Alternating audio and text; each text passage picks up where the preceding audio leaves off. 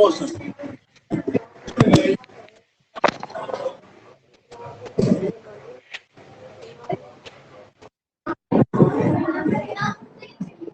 ध्यान दीजिए, इसका एक पॉइंट जो मेजर था क्रॉस प्रोडक्ट, वो हमने पहले सीख लिया था, क्योंकि क्रॉस प्रोडक्ट से ही रिलेटेड न्यूमेरिकल अब कुछ खास बातें हमें सीखनी है और बहुत जल्द इस यूनिट को हम आपके लिए भेज देंगे, बहुत ही जल्द, क्योंकि हम सभी जानते हैं और फर्स्ट इस कंप्लीटली देगा मल्टीपल चॉइस क्वेश्चन, तो हमारी स्ट्रेटजी है वो जो बहुत महत्वपूर्ण है वो कंप्लीट और और आप 30 मिनट पर आप वहां से अपना नोट्स मेंटेन करते रहिए, ठीक है। छठी यूनिट से 5 मिनट वो बुक कितने पैसे के मिलेगी मैं अभी बता दूंगा, अभी मोबाइल प्रोडक्ट में उसको देख के बता बता देते।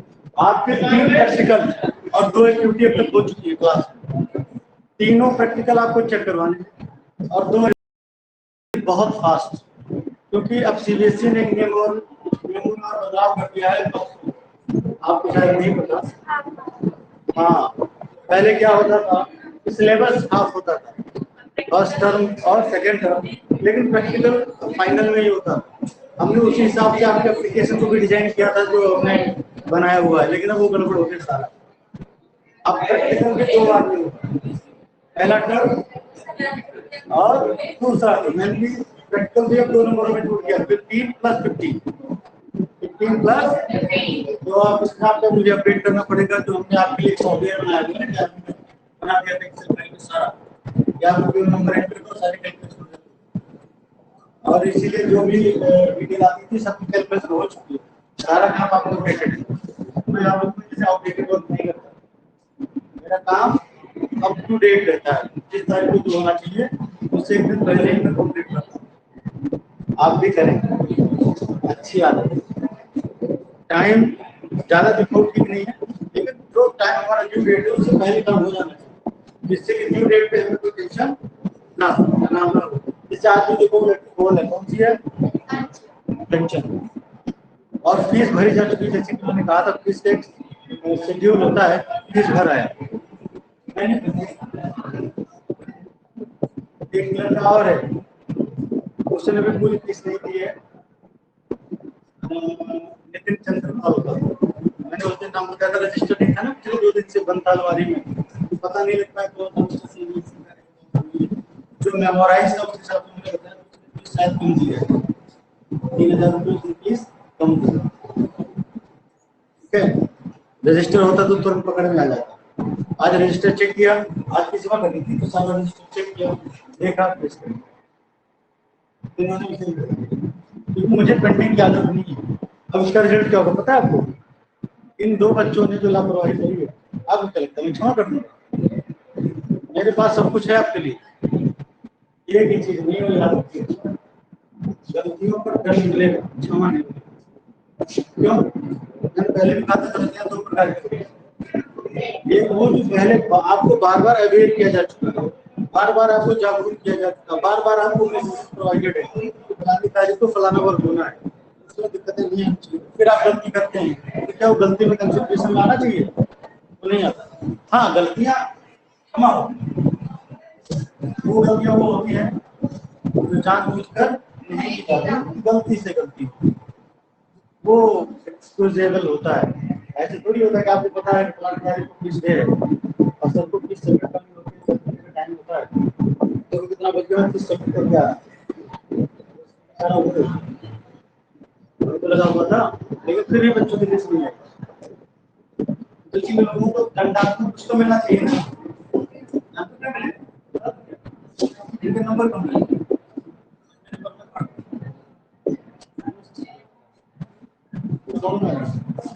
मेरी आदत ही नहीं, हमारे क्या है, ज्यादा दंड हो तो जीवन भर याद है। ये तो फिर ज्ञान में कोई दिक्कत नहीं, अगर कर यही गलती आपकी भाभी में करेगी तो मान लो मैंने काटे तो फिर वो चुकाने से भी छूने वाला, क्योंकि वो परमानेंट मार्क्स हो गया। 12th के नंबर अवार्ड होते हैं परमानेंट, इसमें तो कोई 11th का कोई नहीं देता, पता है ना। तो 12th के एक नंबर कंसिडरेशन ढंग से रहिएगा और अपने भाई बहनों को बता दीजिएगा, ठीक है। आइए आज शुरू करते हैं नेक्स्ट पॉइंट की तरफ। मैं इस क्लास को बहुत आगे बढ़ाना चाह रहा हूँ। मैंने आपके लिए 7 प्रोजेक्ट डिजाइन करवाए हैं। जैसे कि प्रोजेक्ट नहीं, एक प्रकार की वर्किंग मॉडल जो मैंने बनवाए हैं, बनवा लिए बहुत अच्छी लेकिन वो आपके लिए है, क्योंकि आने वाले कुछ समय में बहुत सारी साइंस की प्रतियोगिताएं होने वाली, आप उन वीडियोस को प्राप्त देखें। उस वीडियो के बाद मैं आपकी क्लास से कुछ बच्चों को सिलेक्ट करूंगा, वो गर्ल्स भी हो सकती हैं और बॉयज भी हो सकते हैं, जिनको ये मौका दिया जाएगा कि वो उस मॉडल को एक सिनॉप्सिस तैयार करें, उस पर उसको प्रेजेंटेशन तैयार करना है और उस प्रेजेंटेशन को आगे चलकर पेश करना है। जैसे कि आपको ब्लॉक लेवल पे प्रोग्राम, डिस्ट्रिक्ट लेवल पे प्रोग्राम, स्टेट लेवल पे प्रोग्राम, बहुत सारे प्रोग्राम होते हैं जो आप पार्टिसिपेट करने हैं। इसलिए मैंने 7 मॉडल प्रिपेयर कराए हैं, उसमें से कोई एक मॉडल प्रेजेंट करना, कोई एक प्रेजेंट करना, एक साल एक तीसरा, हमने 7 साल का जुगाड़ कर दिया हमने, कितने सालों का मैक्सिमम। और दूसरा मकसद ये भी था कि जैसे कि स्कूल में एग्जीबिशन लगवाना है, उसको होना चाहिए खास, तो वो ये चीज है। इसमें बहुत सारे ऐसे मॉडल हैं उनकी थोड़ी थोड़ी आउटपुट प्रोजेक्ट आपको होता है, शायद आपको जानकारी नहीं है, यूनिवर्सिटी गेट भी प्रोजेक्ट होता है जो साल में एक करना होता है, साल में एक करना होता है यूनिवर्सिटी गेट भी प्रोजेक्ट। अभी मैंने वो आपको नहीं है, आप hello sir. Hello sir, sir voice clear नहीं आ रही। वॉइस नहीं आ रही है, आज नहीं आ रही क्या? नहीं सर, इतनी क्लियर नहीं आ रही क्या सर, क्लियर नहीं आ रही।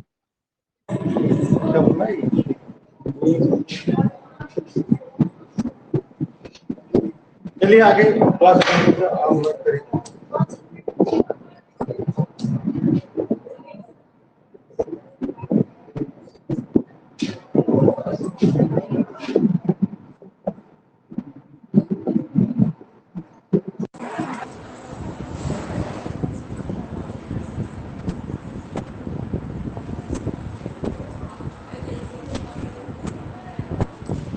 अब आवाज आ रही है बेटे प्रॉपर सभी को?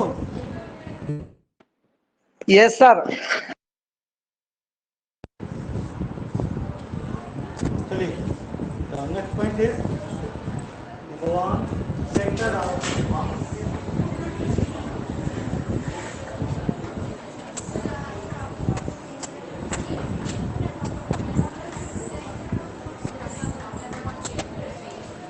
सेंटर ऑफ मास, इसे in short CM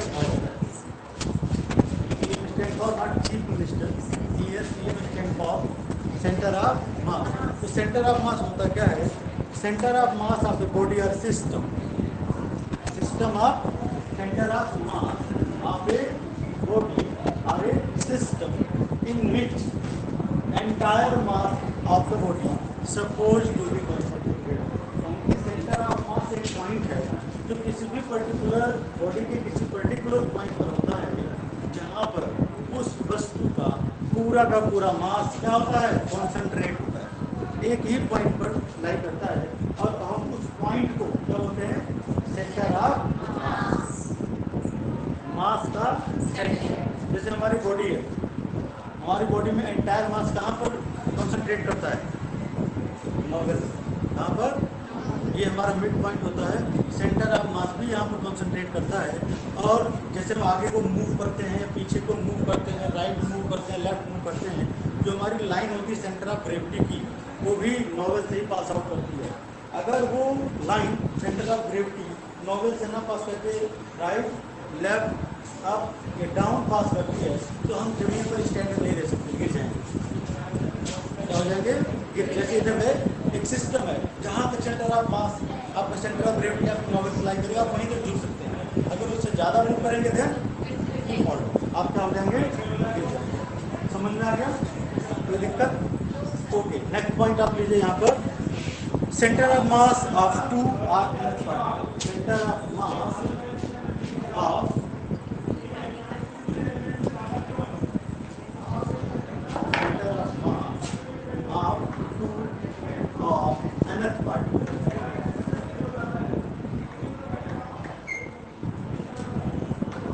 centre of mass of two, तो इनमें दो पार्टिकल ले लीजिए, ये nth पार्टिकल ले लीजिए, देखिए तो we are taking x axis, y axis, there are two objects, say A and A object something greater than B as shown in the diagram. The position vector from the origin of these two is say R1 and R2। हमने एक position vector लिया और हमने इसको बोला माना पहला है, इसका पोजीशन वेक्टर क्या है? से R1, इसका पोजीशन वेक्टर क्या है? से R2। The line of joining these two bodies like this। यहाँ पर एक फोर्स लगेगा, because they refer to each other। यहाँ पर एक फोर्स लगेगा, इसको क्या करेगा? रिपल करेगा। जाहिर सी बात है, इसका भी एक सेंटर ऑफ मास होगा इस पर्टिकुलर लाइन पर। अब आप बताइए सेंटर ऑफ मास किधर लाई करेगा? आप शीशा देखें आपने? शीशा पर एक अगर कोई भारी व्यक्ति बैठ जाए, एक कोई हल्का बच्चा बैठे, तो शीशा को अगर बैलेंस करना है तो कौन किधर को शिफ्ट होना चाहिए? थिंक करिए। शीशा देखा है आपने? मुँह देखने वाले शीशा की बात नहीं कर रहा हूँ मैं, बोले की बात कर रहा हूँ। एक बच्चा थोड़ा सा बड़ा है तो भारी, जैसे सपोज हमने यहाँ पर एक अमृता को ले लिया, एक क्या ना बेटा पता है? रचना, एक रचना को ले लिया, अमृता को ले लिया। अगर इनको हम शीशा के सेंटर पॉइंट से इक्वल डिस्टेंस पे बिठा देंगे तो शीशा क्या करेगा? इसकी तरफ डाउन रहेगा, नीचे की ओर। ठीक है, अगर हम चाहते हो एकदम बैलेंस हो जाए तो हमें क्या करना पड़ेगा? मतलब क्या कंसेप्ट है? मतलब ये सेंटर ऑफ मास कहाँ लाई करेगा? जहाँ पर सेंटर ऑफ मास लाई करेगा वहीं तो बैलेंस पॉइंट जाएगा। बताइए।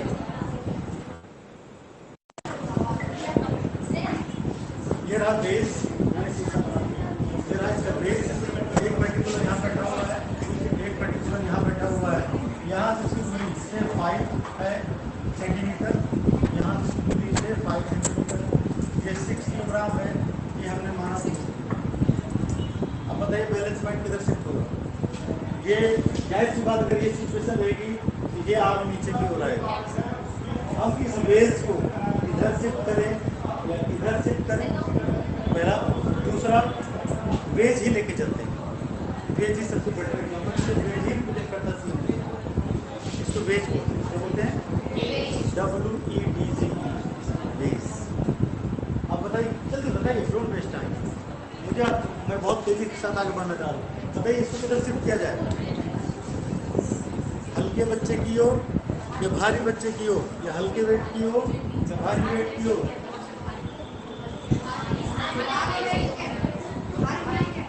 भारी की ओर शिफ्ट कर दिया जाए। मेरे दोस्त तो पहले ही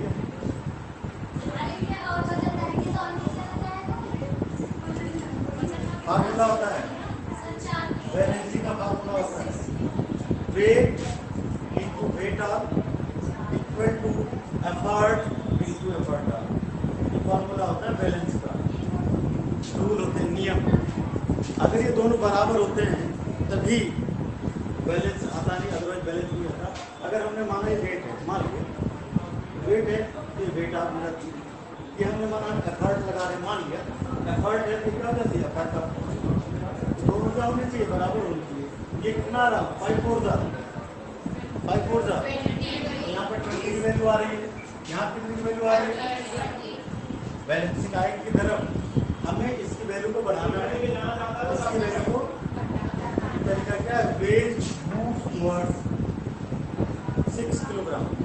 वेज किधर की ओर मूव कर जाए, 6 किलोग्राम की तरफ अगर मूव कर जाए, कितना मूव कर जाए, कितना भी मूव कर जाए, बैलेंस लाने के लिए बैलेंस लाने के लिए कितना मूव कराना पड़ेगा। चलिए हमने मान लिया कितना मूव कराना पड़ेगा, हमने माना x मूव कराना पड़ेगा, ठीक है। तो कितना हो जाता है, अब 5 × 4 = x × 6, x = 5 × 4 = 6, क्या हो गया 10/3 यानी कि 3.33 और इधर मूव करा दो, यहाँ आ जाएंगे, बैलेंस पॉइंट आपको मिल जाएगा। क्या मिल जाएगा आपका, डायगोनल समझ आ गया होगा। यानी हमें बेस की तरफ, यानी कि इस सिचुएशन में आप बताइए सेंटर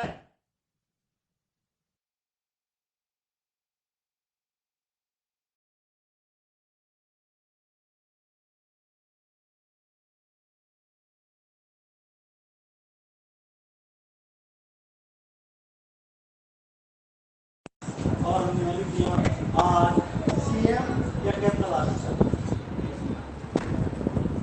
क्या लिखा था मैंने, क्लियर हो गया।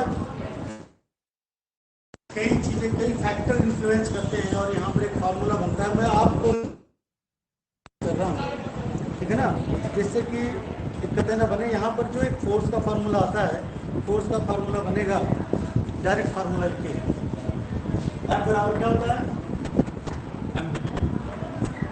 बराबर क्या होता है, और जो भी इसमें फोर्स लग रहा है उस फोर्स को हमें डायरेक्ट लिमिट करना है, तो उसे हम डायरेक्ट लिमिट कर रहे हैं। तो फोर्स इक्वल टू होता है एम में, ए को थोड़ी एम में कोई बदलाव हो ही नहीं सकता, बहुत मास हो सकता है, बदलाव इसमें हो सकता है। और ये वाला जो मास है वो कैपिटल है, इसका मास m1 है, इसका मास क्या है m2 है। तो जो हम नेट मास की बात करते हैं, कैपिटल है नेट मास m1 प्लस m2, जो हम फार्मूले में मास यूज करेंगे वो इन दोनों मासेस में क्या होता है, हमेशा सब रूल है। तो डायरेक्ट हम फार्मूला देख रहे हैं, डायरेक्ट फार्मूला को देखते हैं, हमारा फार्मूला क्या बन जाएगा इस पर आगे, वो फार्मूला है m1 r1 plus m2 r2 upon m1 plus एक फार्मूला है इसका फोर्स का, m1 r1 ऊपर में रेडियस कर दिया पहले r1 डायरेक्ट ध्यान के, this is the value of centre of मास, जो हमारा पोजीशन वेक्टर होता है ना, ये सेंटर ऑफ मास को उसकी वैल्यू आती है m1 r1 plus m2 r2 plus m2 r2 divided by m1 plus this is the value of your vector r। एक बात ये हो गई, दूसरा फार्मूला यहीं पर आता है, भी r का ही आता है, ज़्यादातर r का ही पूछा जाएगा, वेलोसिटी का नहीं है, यही है। अच्छा, अब दूसरा आता है मोशन की, अगर हम बात करें मोशन ऑफ सेंटर ऑफ मास, यहीं पर मोशन लिखा है, मोशन का भी बात समझ लीजिए, मोशन ऑफ सी, मोशन का मतलब क्या होता है, वेलोसिटी, तो हम पर रोल प्ले करें। देखिए ये क्या है, पोजीशन, अगर आप पोजीशन को एक बार डिफरेंशिएट करते हैं तो क्या मिलेगा, पोजीशन को एक बार डिफरेंशिएट करें क्या मिलेगा, ये रहा पोजीशन और इसको एक बार डिफरेंशिएट करते हैं हमें क्या मिल गया, जानते हैं आप क्या, डिस्टेंस अपॉन टाइम क्या होता है, डिस्टेंस क्या है, पोजीशन है, थोड़ा सा लेवल चेंज हुई नहीं है, जो आप इनसे क्लास r1 क्या है, पोजीशन, इसको आपने टाइम के डिफरेंशिएट कर दिया, dr1 अपॉन dt क्या मिल गया, एक बार और डिफरेंशिएट कर दीजिए,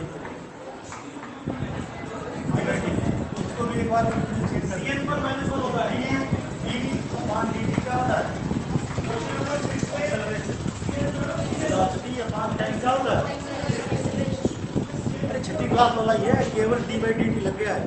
डी क्या होता है? Derivative with respect to the time. ये बना क्या हुआ मुझे पता है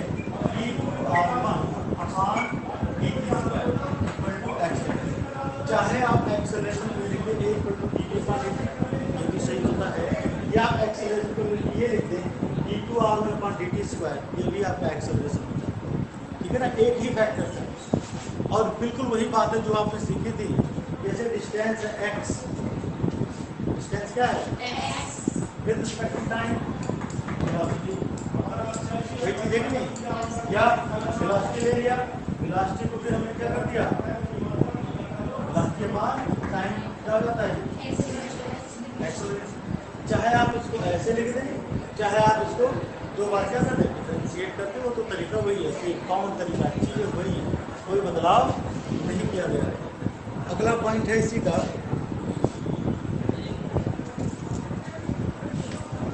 लीनियर मोमेंटम। ये भी मैं आपको पहले करा चुका हूँ, फार्मूला वही है।